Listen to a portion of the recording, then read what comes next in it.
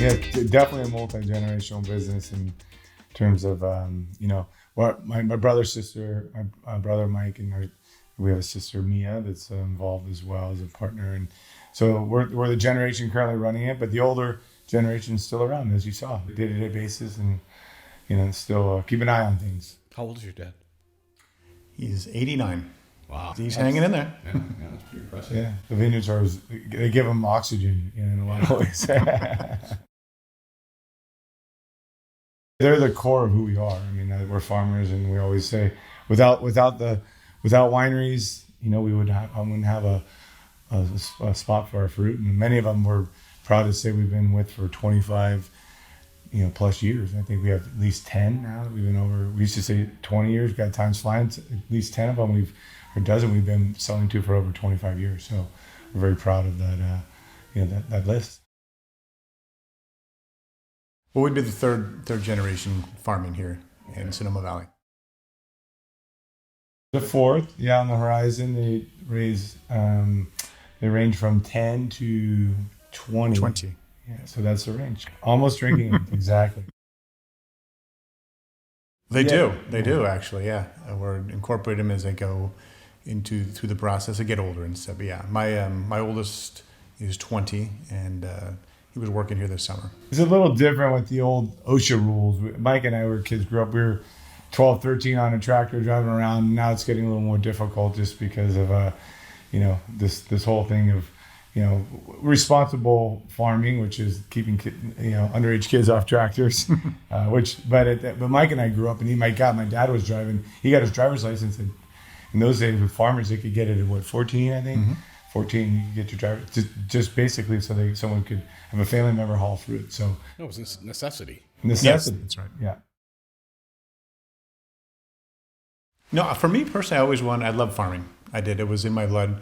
The old stories we like to tell is like when getting up early in the morning with our dad, and we used to go out and then meet up with our uncles and work in the fields. And that was something that, that kind of was ingrained to us at a very young age. And, we enjoyed being around the ranch, at least, that whatever little task it wasn't as much fun to shovel as it was to drive a tractor. I'm not going to lie, but we got to do, a little bit of everything, learning to prune. When we had fruit trees before, along with wine grapes early, and I remember pruning fruit trees, my pear trees with my grandfather when I was real young. That was my first introduction to pruning. Of course, I wasn't allowed to use the ladder, so I was pruning the lower limbs while he was in the higher ones. But I think it was from the very beginning. I think at least I got the bug. I wanted to do it. Yeah, and I think Mike touched on a lot of those points of how we were just brought to us as young kids. Some of it was our dad saying, Mike and I played a lot of sports, so we could train for sports, but if you weren't training for sports, you're in the fields working. So that was clear, very clear. But I think one thing you learn, farming is Mother Nature's our boss. And I just remember as a kid, being in 7th grade and raining during harvest and looking outside the window and freaking out. And so you really very accustomed to really understanding what, this is a, family business, and farming takes, a village, right? In a lot of terms to get through all the trials and tribulations of it. And so you learn the impact that as a farmer that, with the whole thing, what Mother Nature can bring to you. And then, and also just, talking to, remember Dad, developing the wine, vineyards in the 80s and just trying to, create markets. And just remember him talking, just selling a ton of grapes to anybody that would buy, just to create a market. And that ton of grapes turned into a client that ends up buying 20 or 30 tons down the line. So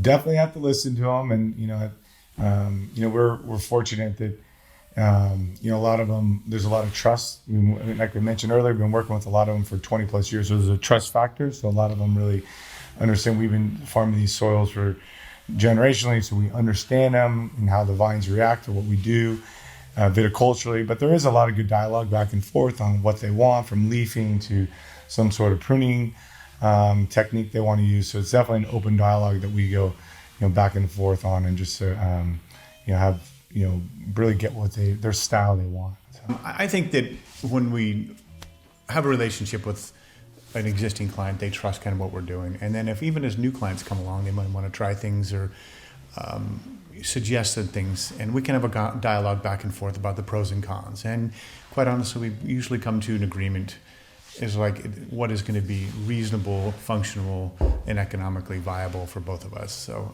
but you do get some requests sometimes that you have to discuss through a little bit that don't exactly make sense from the get-go. But after talking it over, usually you come to an agreement with your potential. We call them client, kind of like to call them partners, because we always view those out front. All those bottles are our partners. We farmed 1,600 acres over 14 vineyards. So our history goes, this was all fruit tree ranch behind us. And our grandfather came over from Italy. He was a farmer in Italy. He always quickly got into farming. He was a farmer, vegetable farmer in Alameda County next to Oakland. And then he got in the garbage business. Bunch of Italians got together. Imagine that, right? Started a garbage business. No, I can't imagine. Yes. So he did that for a number of years, but he used to come up to Sonoma Valley because they'd visit on weekends. It's short. It's only 45 minutes. So he'd come up on weekends, and then he fell in love with this whole area. And part of it, we think, is that backdrop of the hills behind you remind him of Genoa. Along with he wanted to get back into farming. So he bought our ranch here, this 52 acre, 1927. And then he had 4 kids. Our dad, he had 2 brothers and a sister. And the joke is every kid he had, my grandfather would buy a ranch for the kids. So that's kind of how he expanded. Our Green Acres Ranch was the first vineyard we ever planted, kind of to cut their teeth on viticulture and kind of learn the ins and outs. So they saw that future was brighter in viticulture, and the pear industry was in decline. So in the early 80s, they pulled out all 300 acres of fully developed pear trees, and they planted all wine grapes. And so they did that. Unfortunately, the 80s was a good time for the wine industry. There was growth with 60 Minutes, kind of the health kind of study, and so along with a lot of other things. But they grew with it. So again, we have partners that we McCrossy, Sainsbury, Ron Bar, all these 80s brands, and we grew with them as they grew. We grew, so we expanded, and that's kind of how we've gotten to 1,600 acres. In the 90s, as the Petaluma Gap, it's become an AVA in the last year, but that whole area just kind of through the Bodega Bay, that whole 5-mile gap where all the fog comes in, we kind of went over there in the 90s and developed our Lakeville Frederick Vineyard.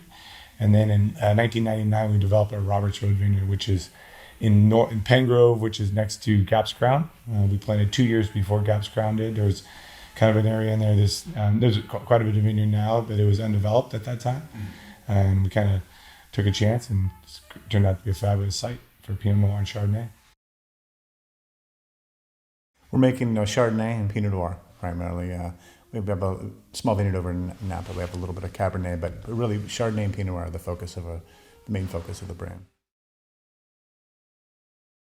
In 1979, Gunlock Bunchu did our first vineyard designate. So we do have a vineyard designate portfolio. We currently have 25 vineyard deserts for wineries. We'll put our vineyards with Sangiacomo Vineyards on the label. Mm-hmm. So that our vineyard brand has grown and still growing in the marketplace. And for us, I think it was kind of our next evolution of our business. And I think we had a kind of little dream to create a label, and I think we're still going to be farmers forever, and we're still going to be supplying these wonderful wineries we've worked with for decades. And it's just it's a part of our opportunity to show our vineyards and our artistic expression of the wine, and it's kind of fulfilling a little dream. We're having a tasting room open here in the spring. We're going to have a grand opening. So that, as we're tasting, we needed a home ranch Chardonnay. And then Green Acres is the first vineyard we ever planted. So we do a Green Acres Chardonnay as well. And then our Sonoma Coast is a blend of 3 of our estate vineyards, our Roberts Road, our Frederick, that's planted on a hillside, and then our Amaral vineyard here in Carnera. So it's a blend of all 3. We do a cab. We've owned a vineyard in Oakville district of Napa for 30 years. So we do a small, 80 to 100 cases of that. 16 was our first vintage. And the reason why is part of it is because it's part of our estate vineyards. We've owned it for 30 years. It's part of the family. We got to, have it on the table. And then it's just a nice compliment having Cabernet. We always joke because we before we had our wine label, we do vineyard designate tastings. We have all our vineyard designate, other wineries. And then it was Pinot and Chard, and if you didn't have a Cabernet, some of the consumers would get really upset.